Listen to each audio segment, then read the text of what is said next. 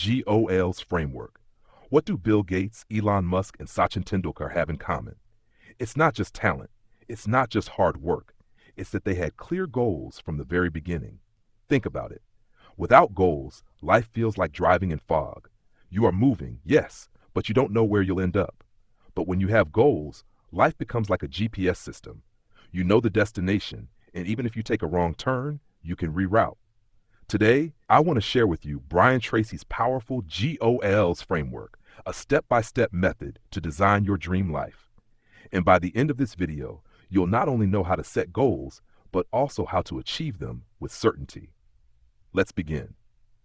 Most people don't fail because they are incapable. They fail because they never decide what they want. Brian Tracy once said, "Clarity accounts for 80% of success." And it's true. Let me tell you about a very famous Harvard study. Back in the 1970s, researchers asked MBA students if they had written down their goals. Only 3% had clear, written goals. 20 years later, that same 3% was earning more money than the other 97% combined. Why? Because clarity gives direction. Let's make it simple. Imagine two friends. Raj says, "I want to be rich." Samir says, "I will earn 1 crore rupees by age 35 through stock market investing." Now tell me, who has the higher chance of success? Obviously Samir, because his goal is specific, measurable, and time-bound. So here's what I want you to do. Take a notebook. Write down your top 10 goals for the next year. Make them specific, measurable, and time-bound. Don't write, "I want to lose weight." Write, "I will weigh 70 kilos with 15% body fat by 31st December 2025. When you write it down like this, it's like switching on headlights in the dark. Suddenly, the road becomes visible. Now, once you have your goals written, comes the next challenge: priorities. You see, you can do anything, but you cannot do everything. That's why you need to organize and prioritize your goals. Brian Tracy calls this your major definite purpose, the one goal that, if achieved, will have the biggest positive impact on your life. Let me give you an example. When Steve Jobs returned to Apple in 1997, the company was making dozens of products, but Jobs slashed them down to just a few, focusing only on what mattered most: the iMac, the iPod, and later the iPhone. That laser focus transformed Apple into the most valuable company in the world. So let's say you've written down 10 goals: fitness, career growth, learning guitar, travel, relationships, and so on. Now ask yourself, if I could achieve only one of these in the next 12 months, which one would change my life the most? That becomes your priority goal. Circle it. Write it on a sticky note. Put it on your mirror, on your desk, on your phone wallpaper. Let it remind you daily of what matters most. Because success doesn't come from doing more. It comes from doing what matters most. Now, once you've identified that one big goal, the next step is to create an action plan. Because a dream without a plan is just a wish.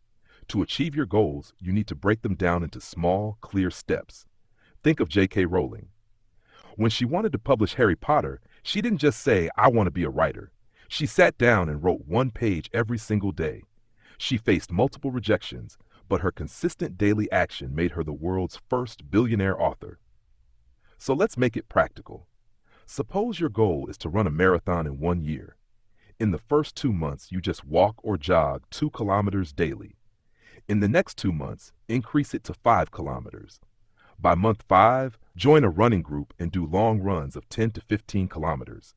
By month 9, practice 20 to 30 kilometers. And by the end of the year, you're ready to run the full 42-kilometer marathon. Step by step, the impossible becomes possible. That's what you must do. Break your big goal into monthly milestones. Break each month into weekly actions.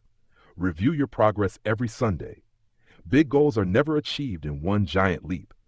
They are achieved through small, consistent steps. But here's something most people forget. No matter how good your plan, challenges will come. And that's where the winners separate from the quitters. Winners see challenges as lessons, not failures. Think of Thomas Edison. He failed more than 1,000 times before inventing the light bulb. When people asked if he felt bad about failing so much, he said, "I didn't fail 1,000 times. I discovered 1,000 ways that don't work." That's the mindset of adaptation. Take another example. Let's say your goal is to start a YouTube channel. You upload your first 10 videos, but they only get 50 views. Most people would quit. But winners ask, is my title weak? Is my thumbnail bad? Is my audio poor? Am I choosing the wrong topic?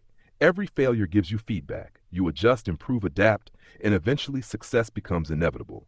So here's a simple habit you can start. After every setback, open your journal and write down 3 questions. What went wrong? What can I learn? How can I improve? If you treat every failure as feedback, you can't lose. You either win or you learn. And now the final step, consistency. Motivation will get you started, but only discipline and consistency will take you to the finish line. Think of Warren Buffett. He didn't become the world's greatest investor because of one lucky trade. He became successful by consistently investing for decades, letting compound interest do its magic. Let's make this practical. If you save just 200 rupees daily, it feels small. But in 10 years, with compounding, that becomes lakhs of rupees. That's the power of consistency, small daily actions creating massive long-term results. So here's what you can do. Review your goals every morning. Visualize yourself already achieving them. Build a daily routine around your priority goal. And most importantly, celebrate small wins. They fuel long-term momentum. Remember, Rome wasn't built in a day, but it was built every day. So let me remind you of the GO's framework once more. First, get clear on what you want. Second, organize your priorities. Third, create an action plan. Fourth, learn and adapt. And finally, stay consistent. Without goals, you will drift endlessly.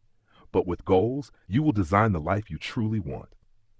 Now I want you to take a pen right after watching this video and write down one goal you'll start working on today.